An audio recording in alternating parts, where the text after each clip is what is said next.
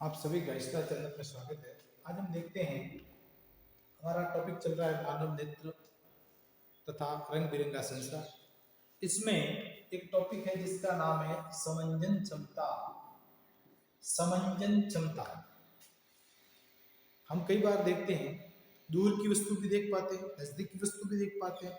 तो इस दौरान फोकस दूरी में कम और ज्यादा होना, ये कौन करता है? हमारी नेत्र कर रही है। तो एक मानव के नेत्र में ये समंजन क्षमता पाई जाती है जो फोकस दूरी को कम या ज्यादा करने का काम करता है। देखिए, नेत्र लेंस की वह क्षमता, ये क्षमता किसमें पाई जाती है? समंजन क्षमता पहली बार नेत्र लेंस में पाई जाती है। नेत्र लेंस की वह क्षमता जिसके कारण वह अपनी इसमें फोकस दूरी में, जिसके कारण वह अपनी फोकस दूरी में को संयोजित कर लेता है।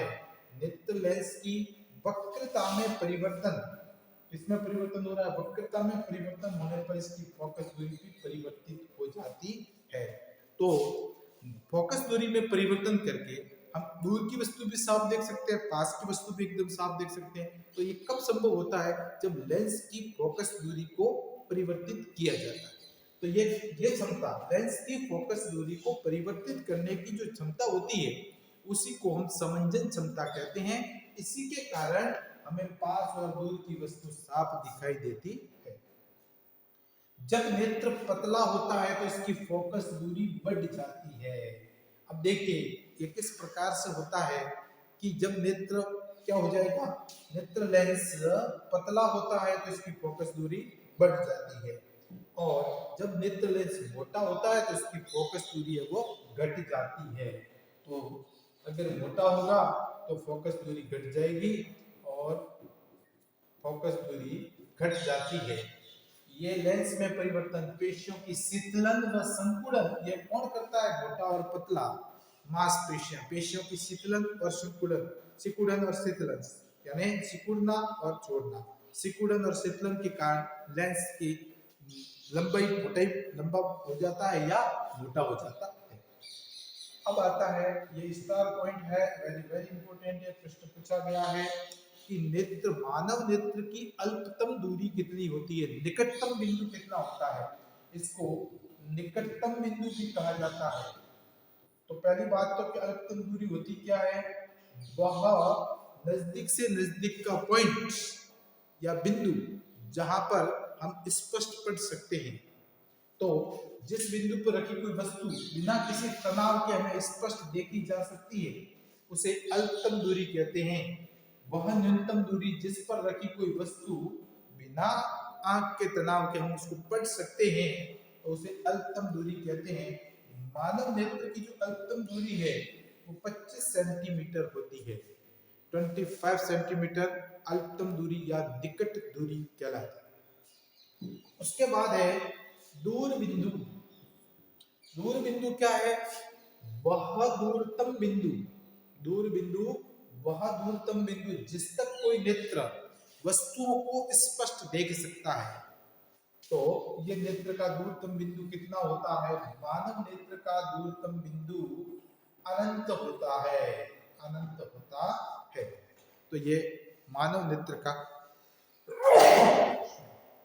दूरतम बिंदु होता है। उसके बाद आता है कि मोतियाबिंद क्या है। देखिए, कई बार ऐसा होता है कि ना तो पास की वस्तु साफ दिखाई देती है, ना दूर की वस्तु साफ दिखाई देती है। तब उसको हम कहते हैं कि कैटरैक्ट आ गया या मोतियाबिंद आ गया है। देखो, नेत्र का क्रिस्टलीय लेंस, किसकी बात कर रहे हैं? लेंस की बात कर रहे हैं। कैसा हो जाता है? धुंधला या दुधिया हो जाता है। तो इस स्थिति को मोतियाबिंद कहते हैं। ये लेंस है, ये धुंधला हो गया, दुधिया हो गया, तो उस व्यक्ति को ना तो दूर की वस्तु साफ दिखाई देगी, ना पास की वस्तु साफ दिखाई देगी। उसे हम मोतियाबिंद कहते हैं।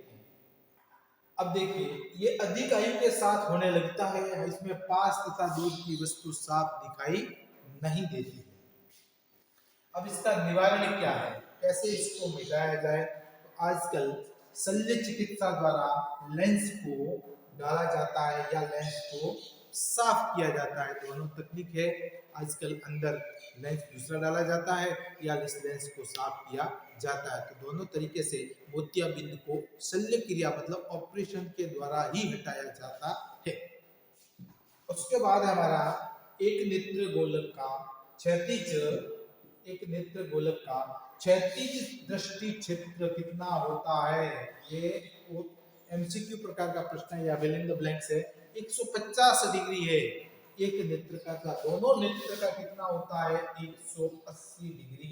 तो एक नेत्र का 150 डिग्री साइड होती है क्षेत्र और दोनों नेत्र का मिलाकर के 180 डिग्री तक का क्षेत्र देखा जा सकता है।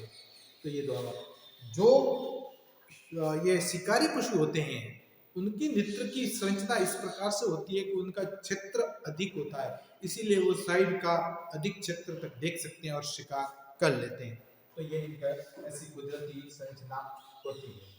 अब इसमें आता है हमारा अगला टॉपिक कि दृष्टि दोष तथा उसका संशोधन। इसको हम पढ़ेंगे कल। धन्यवाद।